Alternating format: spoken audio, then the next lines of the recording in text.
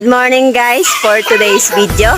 Ayan, at kukuha nga ho tayo ng langka, diyan. At syempre, bida na naman itong si Rigor. Siya lang naman ang aakit yan, wala nang iba. Siya lang naman ho ang bihasa diyan.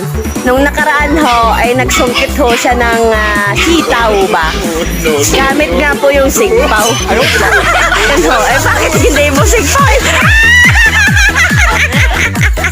Nagkahulog. Nagkahulog yung langka. Laki-laki, oh. Gabukay.